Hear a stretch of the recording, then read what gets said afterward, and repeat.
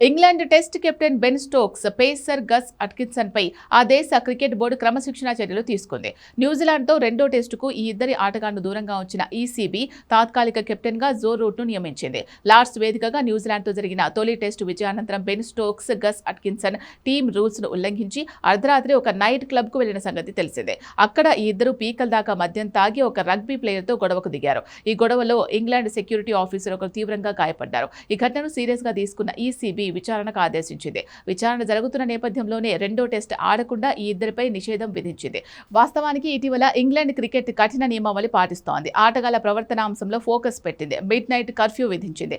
ఆషెస్ సిరీస్తో సమయంలో ఫిర్యాదులు వెల్లువెత్తడం వల్ల మిడ్ నైట్ కర్ఫ్యూలో భాగంగా క్రికెటర్లు నైట్ క్లబ్లకు వెళ్లొద్దని ఈసీబీ ఆదేశించింది. కానీ కివీస్తో లార్డ్స్లో జరిగిన టెస్టు తర్వాత ఆటగాళ్లు సెలబ్రేట్ చేసుకున్నారు. ఇక స్టోక్స్, అట్కిన్సన్ మాత్రం నిర్దేశిత సమయం ముగిసిన తర్వాత కూడా క్లబ్లోనే ఉన్నారు. దీనివల్ల ఒక రగ్బీ ఆటగాడితో గొడవ జరిగి ఉంటుందని భావిస్తున్నారు. బజ్బాల్ యుగంలో ఇంగ్లాండ్ జట్టుకు జో రూట్ సారథ్యం వహించడం ఇదే తొలిసారి. 2022 జో రూట్ కెప్టెన్సీ బాధ్యతల నుంచి తప్పుకున్నారు. Harry Brook England vice captain గా కొనసాగుతున్నప్పటికీ ప్రస్తుత పరిస్థితుల్లో అనుభవం కలిగిన జో రూట్ కెప్టెన్ గా కొనసాగడం ఉత్తమమని ఇంగ్లాండ్ క్రికెట్ బోర్డు భావించింది.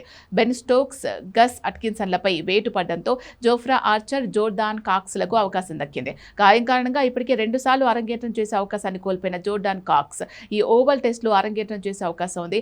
ఐపీఎల్లో రాజస్థాన్ రాయల్స్ తరపున ఆడిన జోఫ్రా ఆర్చర్ తొలి టెస్టుకు దూరంగా ఉన్నాడు. అట్కిన్సన్ గైర్హాజరీలో అతను బరిలోకి దిగనున్నాడు.